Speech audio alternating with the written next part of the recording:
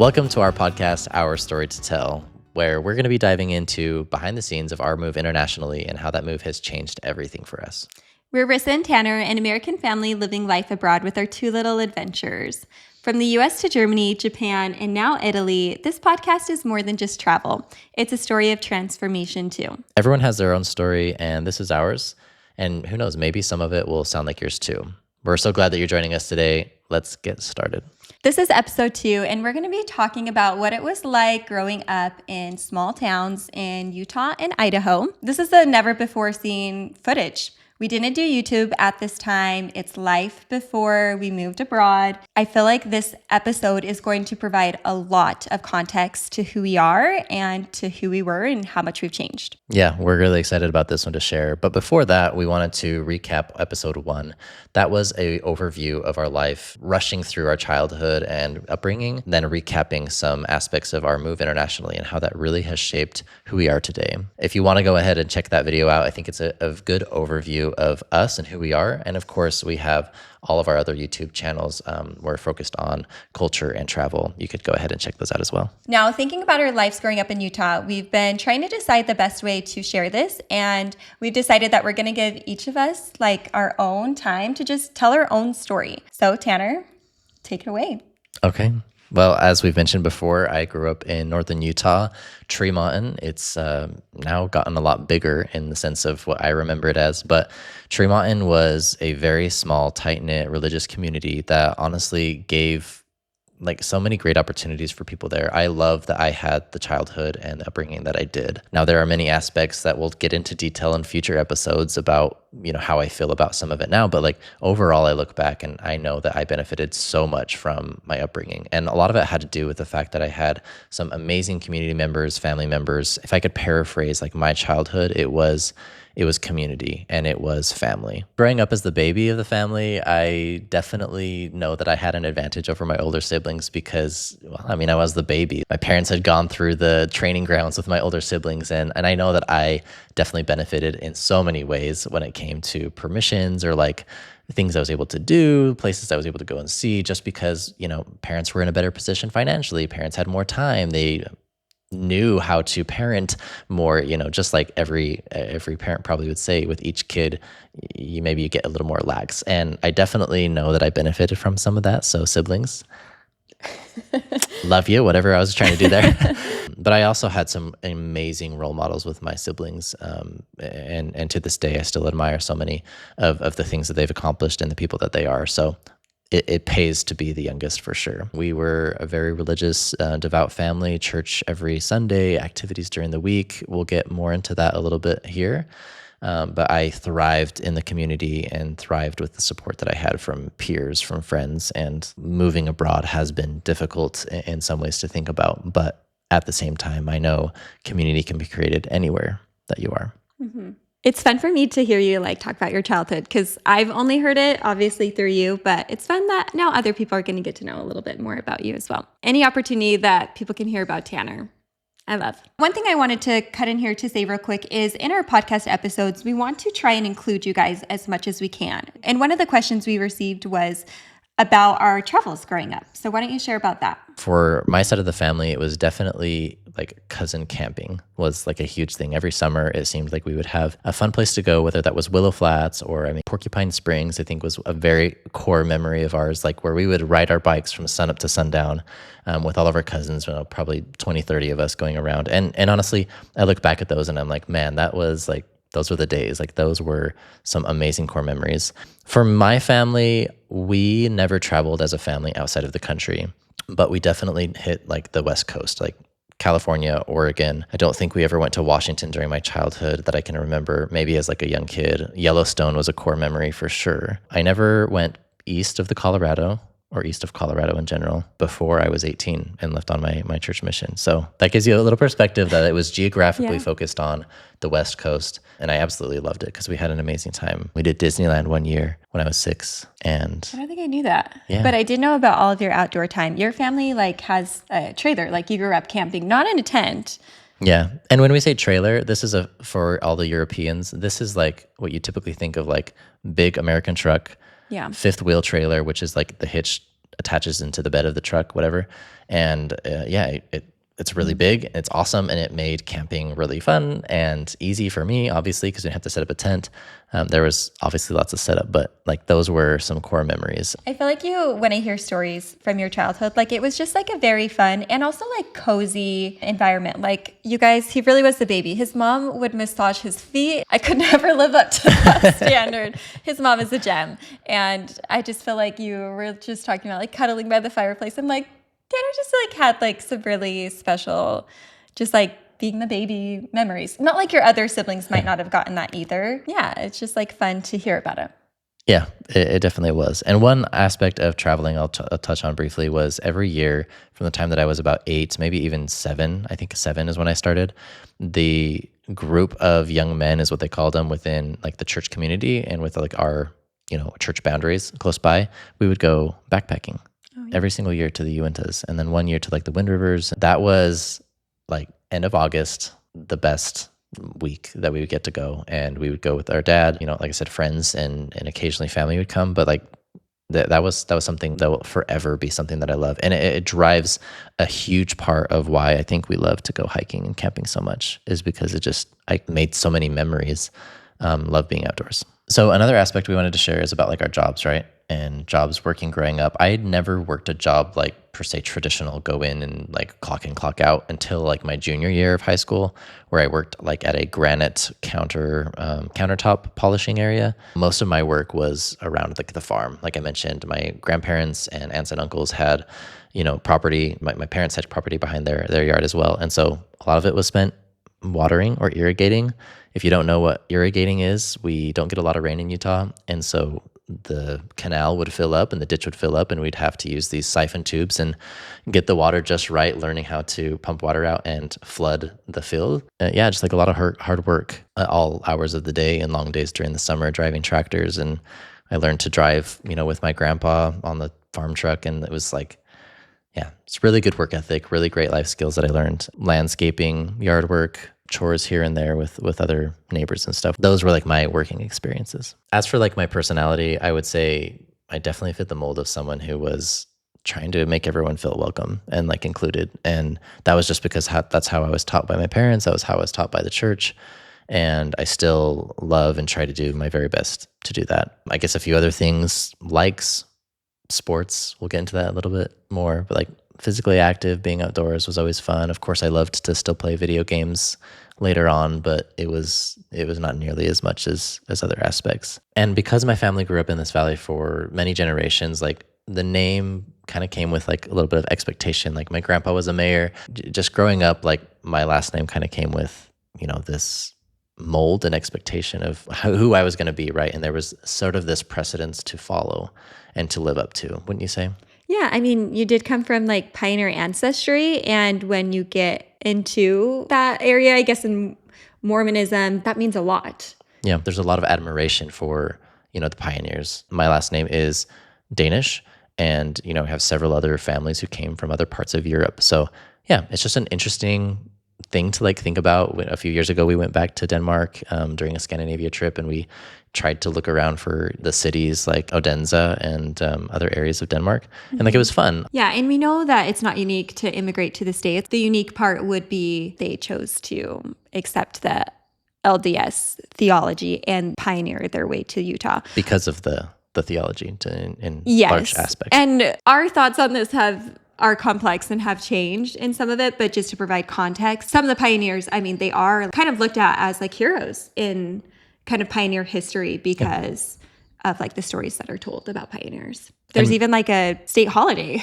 like Pioneer Day. In Utah, yeah. Yeah. So that's plenty of me talking at this point, sharing a little bit up to like preteen Tanner. I want to hear about you. I grew up in Preston, Idaho, which is a very small town, commonly known because of Napoleon Dynamite, the movie. I shouldn't even say that because it's quite the movie. I was curious about the size of like Preston compared to Tremonton, where Tanner was born. Google told me that in 2020, Preston was about half the population.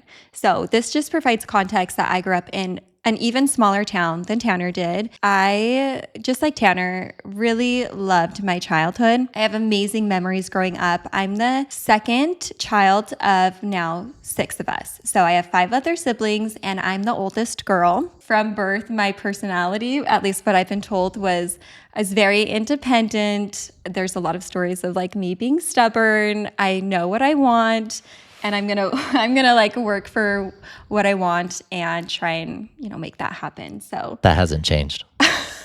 I knew you were going to say that. There's lots of video clips of me and my younger sister like doing dance moves, and I'm totally bossing her around. Just have so many fun memories listening to 90s country. I still think that's the best kind of country music. Blasting out to Leanne Rimes, Martina McBride, Reba McEntire, etc. There is a little difference. You definitely enjoy it, I think, more than me. Yeah, probably. It's just so nostalgic to me. And actually, we had my grandparents here in Italy not too long ago. And it was so reminiscent because my grandma and my grandpa played a really big role in my life. In fact, both sets of grandparents did. The furthest away we lived from a grandparent was 7 minutes.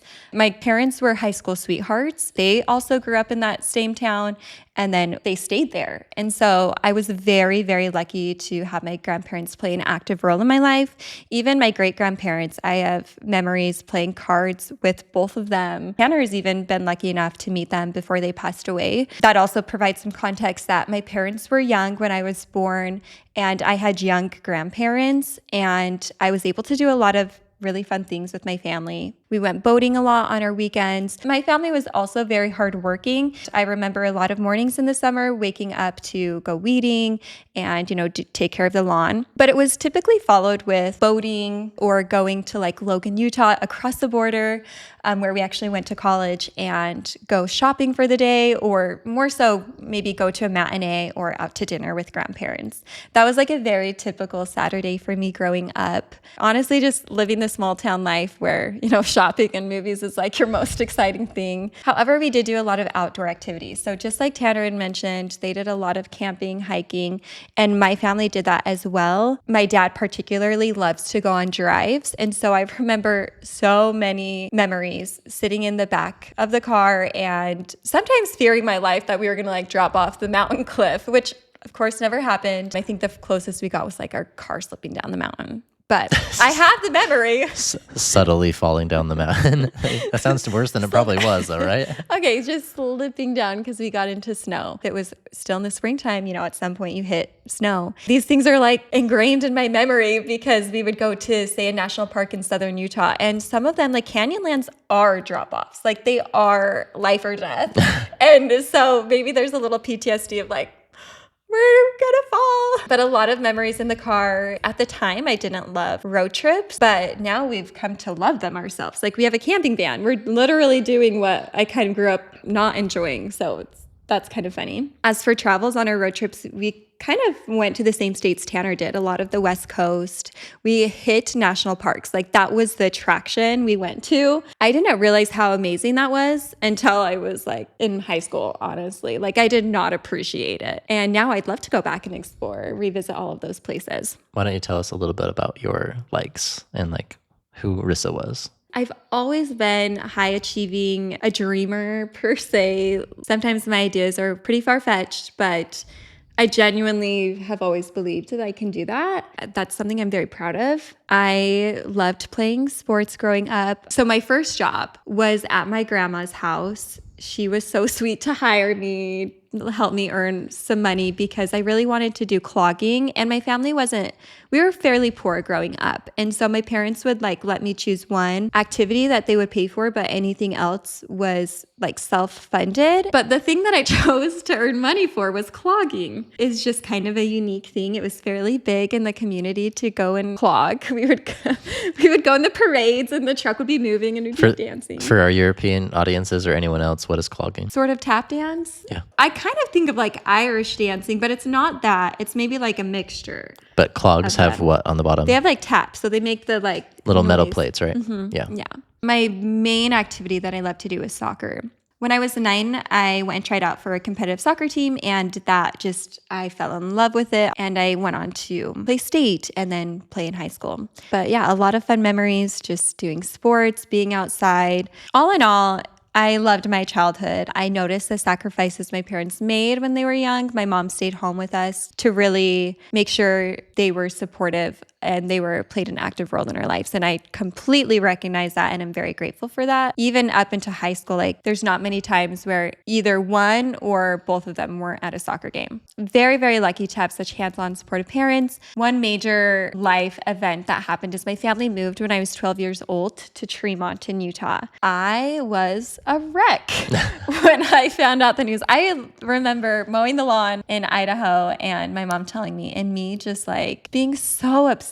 It was a difficult move, but it ended up being a great thing for me, and I adjusted honestly very quickly. Okay, we almost forgot probably the most pivotal information about you in growing up and working. Tell them what your first like paid working job outside of like your house and grandparents' house was. I mean, I did babysitting, but I know that's not the one he's digging for. When I was 12, I started working at a chicken farm.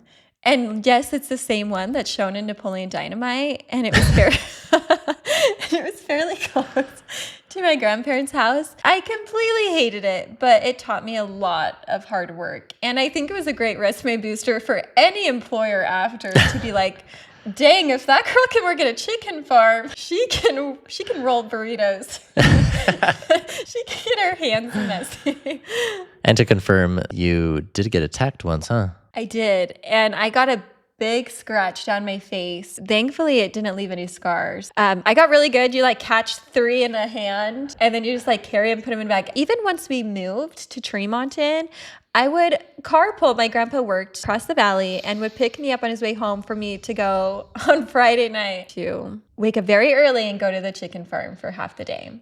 I love that that's part of your story. It's awesome. It is fun to look back, and I think a lot of our childhoods have instilled a lot of hard work in us. And, you know, as odd or unique as some of them are, like, they did teach us how to work hard. Like, absolutely. So now that we've kind of painted the picture of what our childhoods looked like, there is one major aspect that we haven't really touched on, and it has to be touched on to provide context, honestly, because this is the biggest part of our life, and that is our religion. It wasn't just like attending church, it was like our life, our identity. Absolutely. Based on the demographics of where we grew up, there was a very high chance that we grew up as Mormon. And you're correct. For those who have been following us, it's no surprise. We've shared several insights about our upbringing within the religion and kind of our deconstruction and where we are today. So you say Mormons, but it's kind of funny because nowadays it seems like members of the Church of Jesus Christ of Latter-day Saints, that's like the official name of the religion, don't actually want to be called Mormons. There's a lot that we're going to be sharing. I think it's important for you to know that how children and kids, teens are being raised right now is different than how we were raised. So we need to set the stage a little bit. We were raised, well, he was born in 1995. I'm a 96 baby. So we're talking the late 90s, early 2000s. But before we dive into a little bit of this, we want to have a little disclaimer for any friends, family, and, religious community members who are watching this. We love that you're watching to hear a little bit of our side of the story. And we want to be completely open that what we're sharing is our experience, and we want to continue to respect, the religious beliefs of those who have continued to stay and who continue to believe. It doesn't take away from the fact that our experience has been different and that there are some aspects that we will talk about in this video that it's not a personal attack on you as a person. It's just our lived experience that it's important for us to share because it has affected us in this way. Yeah, I think everyone's going to have different opinions, different lived experiences, like Tanner says. And ultimately, our goal is to respect where anyone is and where anyone lands. And people are going to land in different places. And that's okay. And I think some of the reason our childhood is kind of the never before scenes is because we've kind of purposefully not shared it, because it is so personal. Our deconstruction, per se, our spiritual expansion has been so incredibly tender. So tender. We want to approach this with that energy because it has been so important to us, and we know it still is to so many potentially listening. And I also want to say with that, if you're listening and you say never grew up in the faith, haven't even heard of what the Church of Jesus Christ of Latter-day Saints is until now, because there are likely going to be listeners right now who maybe are just hearing this for the first time, and this is you viewing from an outside perspective, I think it's going to be very interesting. Yeah, I agree with what you're saying. So, as we mentioned before, we both grew up in this very tight knit community, and it's important to illustrate just how much influence, our religious upbringing and the theology was at a very young age, even to the point of 3 and 4 year olds in what they call primary, or like the first classes that the kids go to learn about singing and about gospel topics and values. The indoctrination and teaching about life's purpose and life's steps starts right there. The pattern was you grow up, you follow Jesus by getting baptized, you then prepare all the way up to get married in the Mormon temple, which is essential for your family to be together forever in heaven. And then you live life trying to follow the commandments and essentially make sure that your family stays together. The term was used, endure to the end, right? What was primary like? You're being taught a lot of songs. They have like a primary songbook. The church is like very focused on music, which is a great aspect. I remember singing like Follow the Prophet, He Knows the Way. They have like actions. It was really fun, Yeah. entertaining, engaging. Yeah, there's a singing time. It wasn't uncommon to see like young little kids going up in sacrament meeting and bearing their testimonies, barely being able to talk, maybe having memorized a scripture. So all throughout this process, kids are getting older and they get to 5, 6, 7, and right around the 6 and 7 year old time, there is a huge emphasis, and I cannot understate this, of their peers getting prepared to be baptized. Within Mormon theology, unlike, Catholics, for example, because that's the one I think I know the best, where they are christened or baptized in a sense at birth, like when they're newborn, the Mormon church believes that once children reach the age of 8, they are old enough. They've then reached the age of accountability. And this is something that we now have different opinions on as far as what that really means, and like, are kids truly reaching that age of accountability at that young? But nonetheless, that was how we were brought up. And so we, at 6 and 7, we were being constantly prepared with the wording and the rhetoric that, you're preparing to become like Jesus and being baptized and receiving the Holy Ghost. There's a separate part of the baptism where the priesthood leaders of the church would lay their hands on your head and you would receive the Holy Ghost, as a guide to be there. And all of this, in all honesty, it's a beautiful message, and it's a beautiful thing to have. Like, who wouldn't want to follow Jesus as a person in his steps and receive like this help to help you along the way? Once they turned 8, they could make that decision. And they were interviewed by the bishop or the leader of local church. They had to answer questions as far as, worthiness, faith in Jesus Christ, but also, are you lying? Are you stealing? Are you being nice to your siblings, essentially? And so for both of us, like all of our family, all of the community, like that was a very common thing. Like I was baptized, I remember June 7th, 2003, with one of my best friends growing up. It was a special time, right? Because it was a day for you. So around this time and after baptism, the girls and boys are starting to attend extra activities. So like we said, church was way more than just Sunday, and you start to see it in like going to physical activities. For boys, it was oftentimes Cub Scouts. For me, I would attend activity days. And it would vary on the activities. Sometimes it was crafts, sometimes we'd bake something, kind of depended up to the leader. Very like arts and crafts and home economics style. Yes, very like in the home, feminine type things. Absolutely. And then on the other side, for the boys, we would have something called Cub Scouts leading up to a certain age, and then you'd have Boy Scouts and have the Pinewood Derby. We had lots of really fun activities, outdoor activities. Eventually you would get into, planning for finances, looking into careers, preparing myself to be a provider for the home, and also to be very handy, fixing cars, doing stuff like that. So yeah, I was not learning any of that stuff. I was learning how to like bake food and be a good at-home caretaker. Yeah. So you can kind of start to see some of these like patriarchal systems. Gender divided systems for sure. At a young age, which does continue to play a very major part as I grow up, especially as a girl in the church. I remember as I entered middle grade era that there was a lot of like virtue talks. It was highly stressed to be virtuous and pure, especially for your like future spouse. I remember honestly a lot of sad analogies. Maybe we'll talk about another time. My clothing choices, like I had rules about it. There was like a book, like a strength of youth book that we grew up with, and it was very detailed for girls. You had to have cap sleeves on your shoulders. Tank tops were not allowed.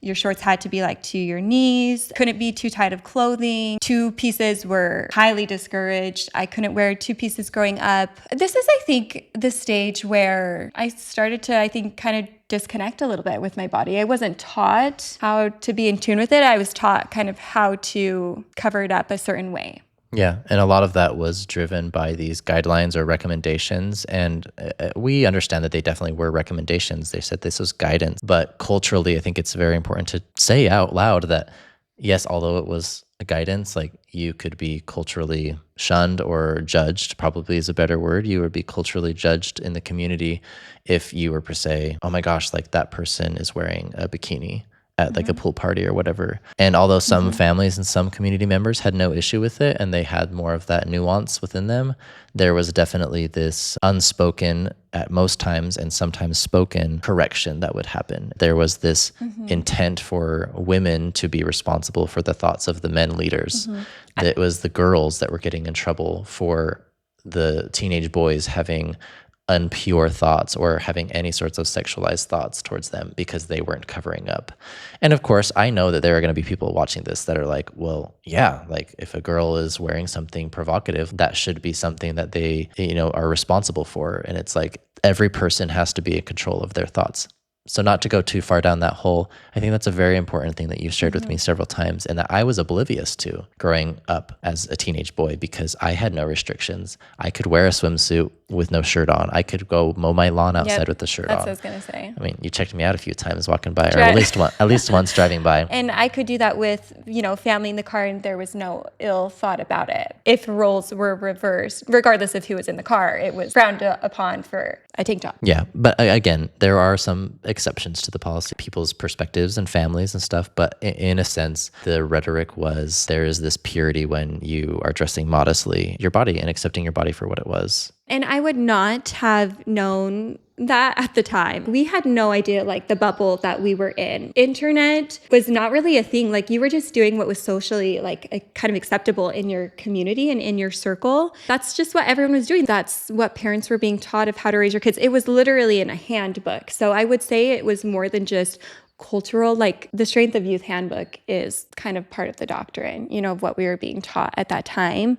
And it was kind of just lined out for you. That's why there was, I think, the judgment being cast per se, is because there was kind of a right way to do it. I would remember going to girls' camps. So they would have these summer camps growing up, youth camps, and the girls, say if they were wearing shorts that were a little bit shorter, you'd have to go change into pants because some of the men, the members of the bishopric, if we're getting more specific, were coming to girls' camp for testimony meeting, and we had to be dressed appropriately.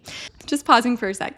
I can just imagine how viewers are feeling right now if they did not grow up in this religion, because we just threw out a ton of terms, testimony meeting, bishopric. I mean, there's a lot we get that if this is new to you, like, this probably sounds very interesting and you probably have a lot of questions. Honestly, we could spend a lot of time going in depth in this, but this is a huge part of our childhood, and that's why we're touching as much as we are on, but it's not the focus of it. I think what we've said so far about childhood and middle school is good, but just know there's so much out there, and there's going to be things out there on both opinions, for pros, for cons. But like I said, at the time, like, that was just normal for us. I wanted to wear a bikini and it wasn't allowed. So yes, I wanted different, but at least most of my friends were kind of having the same standards. So it didn't feel as exclusive for me. I cannot imagine what it would be like growing up, being an outsider. I cannot imagine what it would be like having doubts at a young age, being part of, like, the LGBTQ community. I can't imagine that, because we were very privileged. And, like, Tanner being, like, a male is the most privileged scenario, Caucasian, cis, male, everything going for us. And we've still had struggles now as adults. I think it's incredibly sensitive for many reasons. And it goes ultimately back to how we've grown over the last few years. And we've had to deconstruct not only from a theology of, religious beliefs, but also the cultural habits and the cultural expectations that have been on us for a long time. You definitely get more emotional or have more emotions to it because you were more affected. As Rissa said, like, most churches and most organizations are built for men of privilege because they're written by men of privilege. And I would be lying to you if I had not benefited so much from all of this. Like we said at the beginning, like I love so much of the aspect of like my childhood and growing up, and my experience within the church was honestly incredible. And I saw no fault in it until later on in life when I started to have my eyes opened up to perspective, like being married, having conversations where I was like, I never thought about modesty growing up except for towards women, right? Because it wasn't my responsibility. It was their responsibility to cover up for me so that I wasn't being attracted to them in a sexualized way. A few final moments and final things to talk about with our religious upbringing as teenagers. All throughout my upbringing, I was preparing to receive the power of God, the priesthood. From 12 years old, I have more priesthood power than my mom, than my grandparents, than any woman, than the president's wife, the prophet of the church, the wife. I have more priesthood power. And I know for those who are watching, there's a difference between the priesthood power and the authority, whereas the authority is a collectively shared blessing or collectively shared power in its own. But the ability for me to pass the bread and water on Sunday, for my ability to go and give a blessing once I turned 18, to bless my own children, which we ended up doing. They were all left to me and not the bearer of their children, like their mom. There's a lot of aspects that that definitely shaped our beliefs. And like I said, all the way up through, I had no doubts, and I loved it. And we were taught to doubt our doubts before we doubt our faith. This aspect, all growing up through these formative teenage years, Rissa and I really dug in. We excelled. Absolutely excelled in scripture study, daily praying, day and night, multiple times a day, whether it was for sports, whether it was for school, like everything was a prayer. And I think it's beautiful. If you do that, I love that you have that for you. Our thoughts have changed, but like for us, yeah, it was very deeply connecting, you know? It provides comfort to have the answers. It provides so much guidance to have the path created for you. You know, there's a lot of warmth and security and an amazing upbringing if you're told what to do in order to get to heaven. And we've actually listened to like a PhD scholar who shared that the best religion for children to grow up in is actually Mormonism. And then she later went on to say like the worst religion as an adult was Mormonism. So I have not looked into the credibility of that, but I found that interesting. Like we really did love our childhoods and we excelled. Like if there's a poster child for a male and a female growing up in the religion, like we did a pretty dang good job. We both wanted to excel in every possible way. And that definitely comes within, you know, I think we're all religious groups within some certain instance, but definitely within the Mormonism group. If any of you have been watching like The Secret Lives of Mormon Wives, if you've been watching Dancing with the Stars, if you've been reading or learning more about the Mormon community, there's definitely this aspect of like being the perfect whatever you are, right? Being the perfect provider, the perfect husband for myself, being the perfect wife, mother. Beauty standards are absolutely insane. We'll get about that maybe another time. There's just this expectation to do your best, and that is absolutely great. We both love and believe that every person should try to be the best person they can be. The difference between that, though, now our perspective and back then, and it comes with maturity, and I'm sure if we had even continued to be in the States and Utah, we'd probably get to this point as well. There needs to be some level of, how would you want to word that? Reining it in a little bit, not trying to just be the best at everything and being okay with being able to find peace with where you are, being normal, peace with, not being perfect. Around this stage, middle school, high school, this is where a lot of those characteristics of perfection, very high achieving, I think start to show, at least when we were growing up. And for us, that is our lived experience. I don't know how it is in terms of that expectation, but it would be so different growing up as a Mormon right now. And I can't imagine what it was like, say, if you're like 50, 60-year-old listening to this, like it's just evolved and it's changed a lot. And so I know this is repetitive, but it is important to keep that perspective of if you're listening and you're like, that's not how it was for me. That's okay. This is just how it was for us. So one thing I thought would be fun was to kind of address like the dating scene in Utah, because I do think that's fairly unique, because there was a standard that you're not supposed to date until you're 16 years old. And I would say as a female, it was extra complex because you still needed to be desired. I mean, I'd say that's probably still normal. That's for everyone. But like there was definitely that pressure. For me, I actually got asked to go on a date to prom, like a big dance in high school, but I was only 15 and I was going to turn 16. 15 in 10 months. Yeah, I was going to turn 16 in 2 months. And I didn't even ask my parents if I could go. Like, they might have said yes. I don't know. I didn't even ask them because I was like self-motivated and was taught like that was wrong. And I was making that own decision for myself to say no. And there's kind of a little bit of, I don't want to say pride in that, but like that was the right answer. Like there's like good, better, best answer. That one's best. That just gives, again, more context of like who we were. Like we were thriving in this Mormon bubble. Another very interesting aspect about Utah high schools and like within the Mormon community is that there is an option for in school, so the regular school curriculum, to attend religious classes.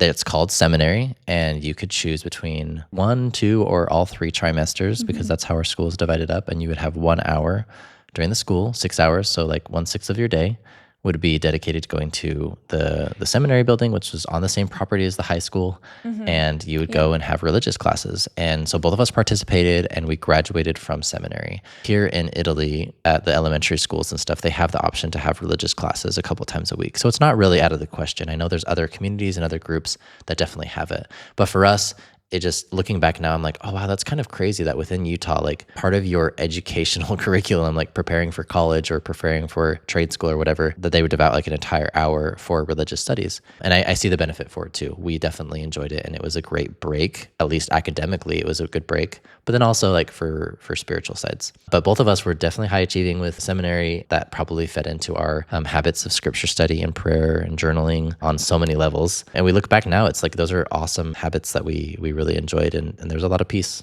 and community within that. So with that, because it was part of school, like if you skipped out on seminary, you could like get a sloughing ticket, like academically. So they were like separate, but if you weren't the same there, you could get in trouble. We were very involved in high school. We both loved to, be social, be a part of a lot of different activities. Tanner, you did sports like all 3.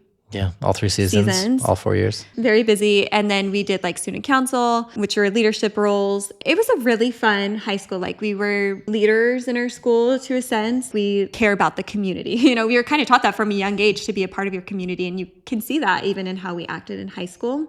On Wednesdays in our high school, we had late start. But for us, it was actually like early start because we chose to go with our friends to go to the temple to do baptisms for the dead. That would be us waking up at like 5 a.m. or something, meeting, carpooling to the temple. And I don't know how to explain this one. We'll let the former missionary go here. There you go. Take it away, babe. It's important to distinguish that church buildings that we go to every Sunday is called like a chapel. The temple is a different building that's dedicated, and once it's dedicated, only people who have a temple recommend or like a temple passport can go inside. In order to get inside of the temple, you have to go and talk with the local bishop. You have to be a member first, I should say. And then even as early as 12 years old, like we were, you would have the opportunity to get this temple recommend after you answered the questions to prove that you were worthy. You could go into the temple and perform baptisms for people who had passed away.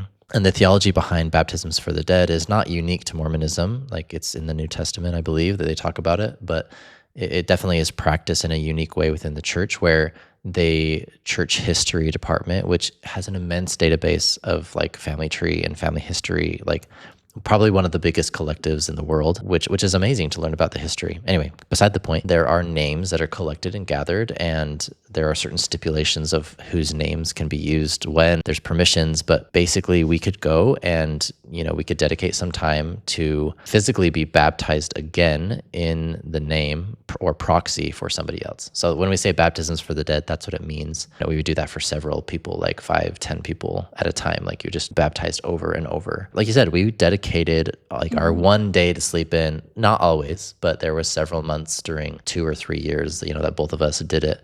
The level of dedication was definitely there. We felt a lot of peace, a lot of satisfaction, and it's service. The church definitely looks at it as service, giving someone the opportunity. That's probably the important belief to share as well, is that once someone is baptized in the name of somebody else in heaven or the spirit world, if we're being technical, that person, if they chose to, they could accept the gospel and progress to heaven.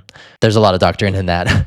Yes. But overall, that's a simplified version. I can still remember the feeling of the onesie, zipping it up, and the warm water. There's a lot of memory to these things. Sensorial memories. seminary. Yeah. Yes. I can't imagine what life is like for people in Europe at this time. Well, we talked to our German friends, and some of them at a high school gathering are drinking Prosecco at like a little graduation party, or I think they were sophomores, Yeah. she had said. And we're doing baptisms for the dead on Wednesday mornings. Just so different. All right, so we forgot like a very important aspect here. We're just realizing it. We never even mentioned how we met. So Rissa moved when she was 12.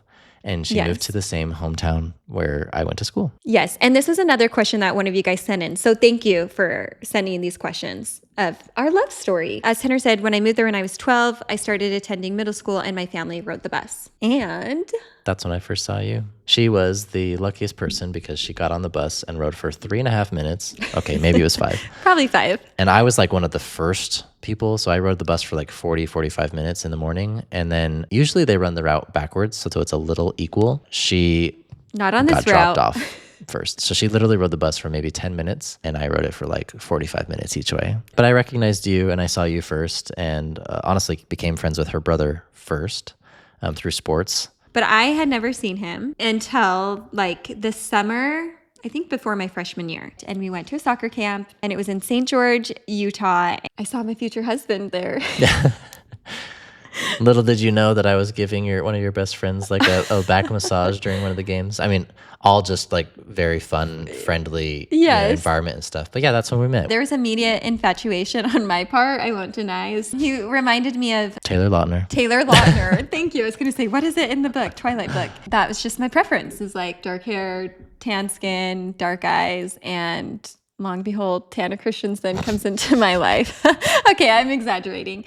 But there was just like this little teenage infatuation. But it became more than that. Yeah, we definitely became really close friends all throughout high school. And I will admit, like for me, we had like little flings off and on where I honestly don't know if I knew how to like even go about a relationship because I was taught for so long that it's like I'm going on a mission, I'm preparing for a mission. You know, it's no fault to any one person, but like in a whole, it took me a lot longer to kind of develop ways to communicate my feelings and also be okay with my attraction to people. I quote dated one other girl, probably the most consistently, but it was like we went to prom together. So anyway, like my entire like dating mentality was just different. We were just friends, honestly. And like, that's what I wanted to try and do is just to maintain friends. And we would do a lot of things together. Yeah, we had a lot of fun. The dating scene in Utah, we talked a little bit about it. Some people would even have a rule that they had to date 2 people between the time that they dated the guy that they liked. The same person. Some of them would be maybe self-motivated to set that rule. If you like this one, you can't go on it too frequently because I think there was just this concern. Steady dating. Yeah, steady dating. It was highly discouraged. You had a lot of fun social high school dances. Like people would pick each other up in limos. Like it was kind of a unique dating scene where you have a lot of group dates. It was very social and very fun. And that's just what it was for a lot of us. Throughout the entire time, like I dated other people as well. Dated quite a bit, actually. Let's just say Rissa was a highly sought after girl. Because of it, we actually weren't each other's first kisses. For me, there was always like that attraction and that hope that maybe I'd catch Tanner's eye and something more could come of it. It did eventually when you were a senior. Yeah. Finally, like at the 11th hour before leaving on my mission, at the end of my senior year was one pivotal moment. Obviously, I'm reflecting so many of life's decisions and choices because at this point I'm only months away, like literally 2.5, 3 months away from going on my mission. Rissa wrote me a note saying like she wants to see where this goes, like if I'm in for it. Guys, it was make it or break it. Like he was going to leave. So if there was any way that there was going to be some sort of connection before he left, like now was the time. As you can tell, it worked. So we had went to the final dance of the school year. It was called Red and White. We had an awesome time. When we dropped her off at her doorstep, that's when I asked her if I could kiss her. And I did ask her. Yes, he did. I asked her. But that was just like the person of who I was. And I felt like that's, I don't know. I mean, it's a little funny, like looking back at it. But at the same time, I was trying to be respectful. I guess I didn't understand that there's like nonverbal communication that can also go with that too. And that letter. Yeah. But I mean, I feel like there's a difference of maturity between the two of us. And like our headspaces were in a little bit of different places, like you said. Opening up for a relationship was not on your radar. And for me, I'm kind of taught of like how to prep for a marriage. Like in Young Women's, I remember creating capsules that I'd open up once I was proposed to of like the wedding colors. Like we legit did this. I had created a list of like the qualities and characteristics I wanted in my future husband. And like Tanner was a great friend. He's just a great person. He checked off a lot of my list. So not that I'm thinking about marriage, but I'm like recognizing, and I was fairly mature at my age to like see like, no, this is someone I would actually really like to get to know better. Yeah. From then, like my affection to you continued to like grow, and we continued to spend almost every single day for the next several weeks going on walks, talking, spending time with each other up until the point that I left on my mission on June 25th of 2013. There was a lot of feeling there between us. Obviously, it was like kind of fast, but you have to remember we knew each other for 5 to 6 years and we knew each other's families and we were great friends. We had a foundation, although I don't know if I'd say I loved you at that time, but I really liked you. That doesn't sound like enough feeling. Chose to not, like it wasn't like I waited for you. No. It's very common in the Mormon communities, if there's a relationship in high school or leading up to the mission, for individuals to like wait for each other per se. So there's a lot of missionary girlfriends, quote unquote. And boyfriends. Boyfriends, yeah. Oftentimes, like sometimes a promise ring will be given, which is like kind of like an engagement ring. Yeah. That wasn't even on the table. No. So there was a lot of emotion and connection. We were not naive enough to realize that I was still young and had a lot ahead of me. So anyways, that's important to know because it wasn't that way. So now, Tanner. So to give a little perspective, like a mission for the Mormon community is a time where the men are expected to go on a proselyting mission to teach the gospel in an assigned area for 2 years, 24 months. The sisters or the girls of the church, they have an option to as well. The number of sister missionaries have greatly increased over the last few decades. This is where the age change had dropped. I feel like before women weren't going because it wasn't until 21. And 21 was kind of old for the Mormon community. Kind of old to not like be seriously dating, which is wild to say now, having lived where we have. Rissa mentioned the age change during the semi-annual. Every 6 months, the church holds a conference, general conference. Ironically, that actually happened just this last weekend when our first video posted. And that was absolutely a coincidence. We didn't even think about that, but it was a little bit ironic of us starting our podcast where we are going to be sharing some of our deconstruction and some of our experience within the church happened to fall the same weekend as conference. We're announcing we're departing, or we have departed from the church, and people are all around us are sharing these messages from like the prophet and apostles. That was a little interesting. Yeah. During a past conference when I was a senior in high school, they came out with this change that men could choose, the boys technically, because I was still 17, they could choose to go on a mission at 18, and previously it was 19. So like I had a brother who was on his mission, and then they came out with this change. And so I didn't see my brother for 3 years. During this whole time, like I've been going through mission prep classes. I've been preparing to go through the temple as an adult because there's a separate portion of the temple that's only for adults 18 and older who have met the same requirements. And so there's a lot more theology in getting into this position of going on a mission. And I think it's extremely important that I mention this because for me, I was so connected to the goal of being able to go on a mission, to be serving, to be 100% dedicated to the church, that my experience going through the temple didn't seem really abnormal.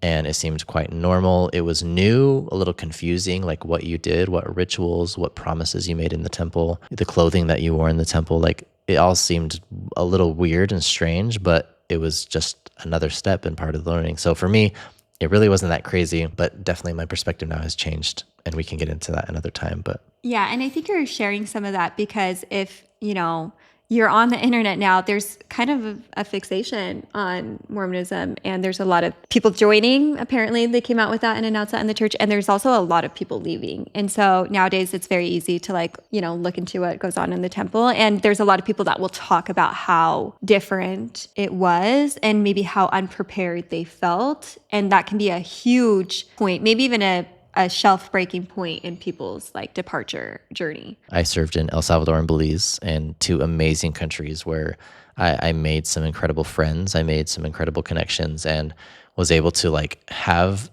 probably one of the most impactful experiences of my life. And I will forever be grateful that I was able to go on my mission, not only for the fact that I learned Spanish, but for all of the life lessons and the maturity that came with like my mission experience. The life of a missionary is from Monday night all the way until Sunday night. 100% your focus is on like proselyting and like teaching. And then you have 12 hours of one day where you have the time to prepare for the week, to do shopping, to do laundry, to do whatever. And so it's like this amount of dedication during the mission taught me so many lessons, opened my eyes to how people live outside of like the Utah bubble.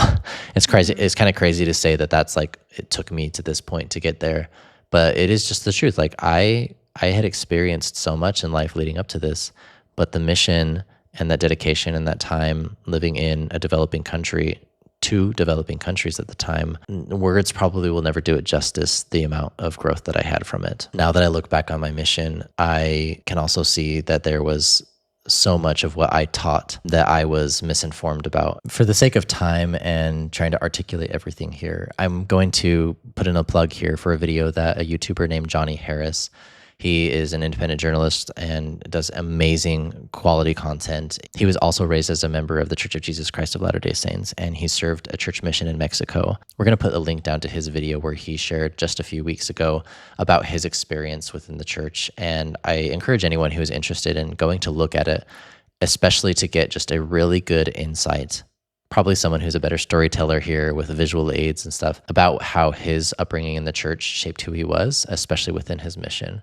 I feel like you could almost copy and paste a lot of our story into that as well, with some differences, but I think it's a really good example for people to look into. So we're going to put that down in the description if you'd like to go ahead and watch that one. There were several moments where I was taught, humility, I was taught diligence, I was taught responsibility. Towards the end of my mission, I think is when I started to like mentally prepare for like post-mission life. Because all up until this point, I really hadn't given too much of a thought of like career as much or schooling as much or even life and marriage, because it was focused on the mission. Like that was the focus. Like if anything else, like you were going to be going to go serve a mission and return with honor. And so when I'm like 6 months out from coming home, I actually signed up for college classes at Utah State University. He changed colleges to go where I was. And that was largely influenced by you, because I actually had scholarships for Weber State University, this envision of going into like radiology at the time. Anyway, there's a lot of things that changed. I'm so grateful that we were in the position where we wrote religiously every week. And like you came over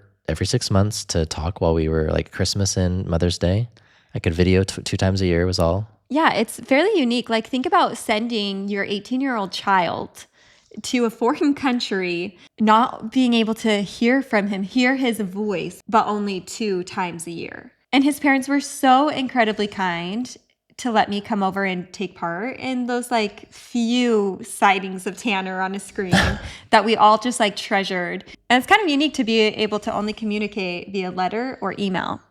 And of course, that's changed. Like now they can call every week on video calls, from what I understand. And even during COVID, it was like twice a week, I know, for some of the missionaries. Like there's been a lot that's changed, obviously, with technology. And then they're recognizing like it's good for families to be able to communicate more frequently in real time. You can only communicate so much through an email or a letter.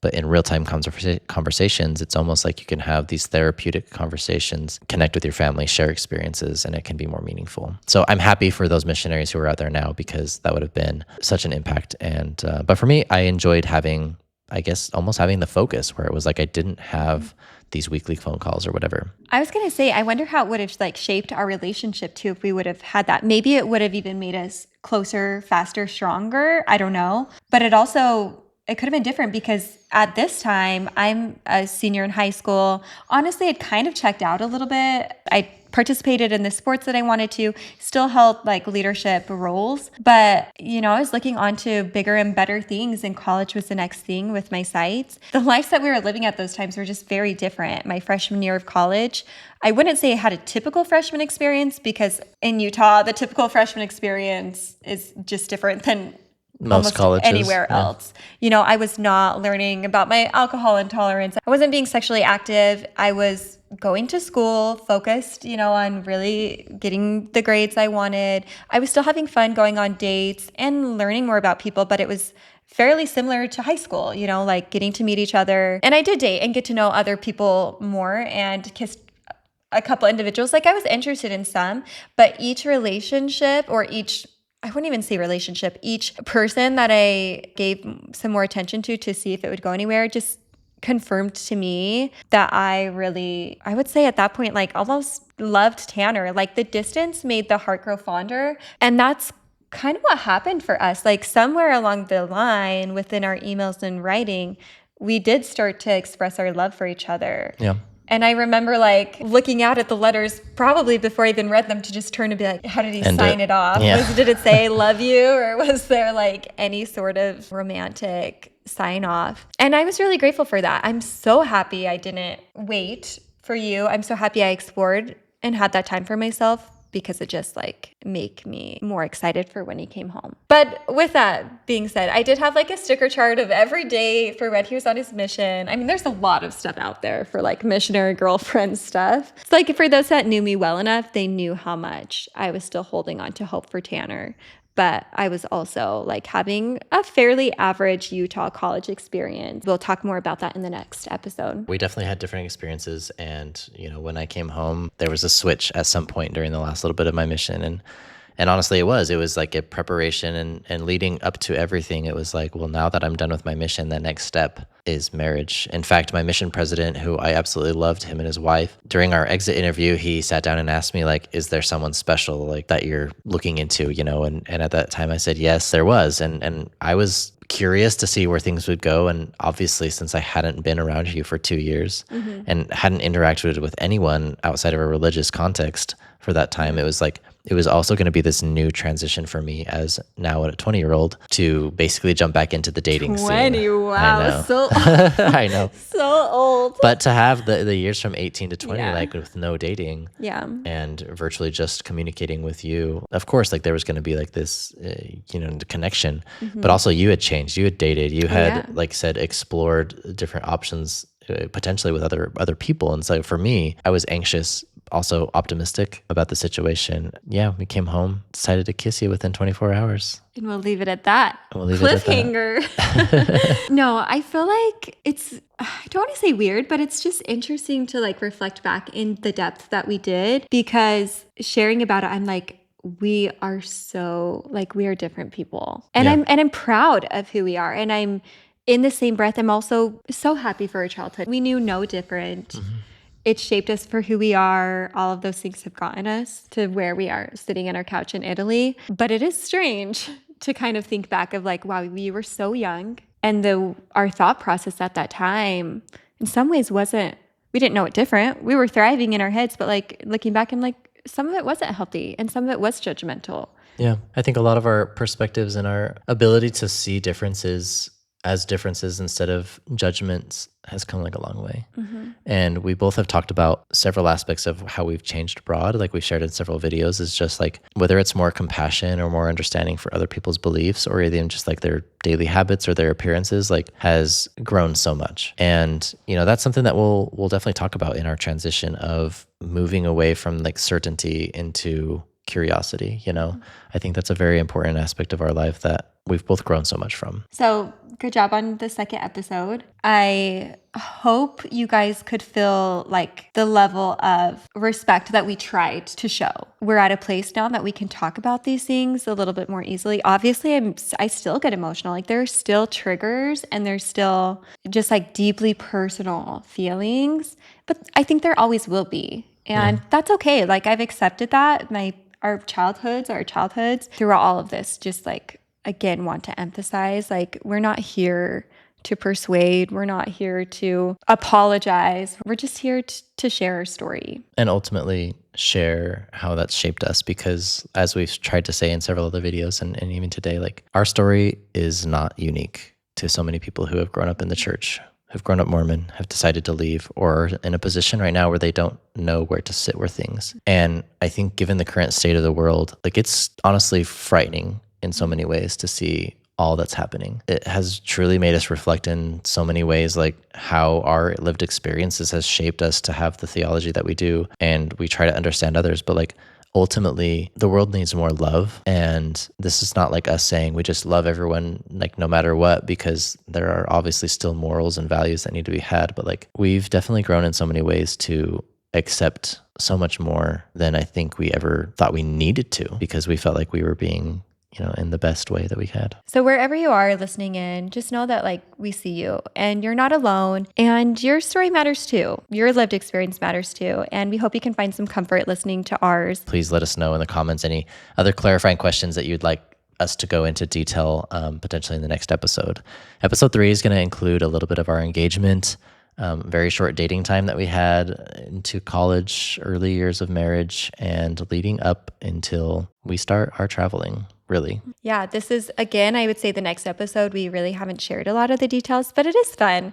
Like, we've been married almost 10 years, and so we're going to be sharing kind of like the first 5. It's a decent amount of time in our lives. So thanks again for being here. If you're listening on Spotify, please go ahead and leave a comment and a rating for us if you'd like. And as always, please be sure to subscribe so you can follow along for more adventures here. Ciao, ciao.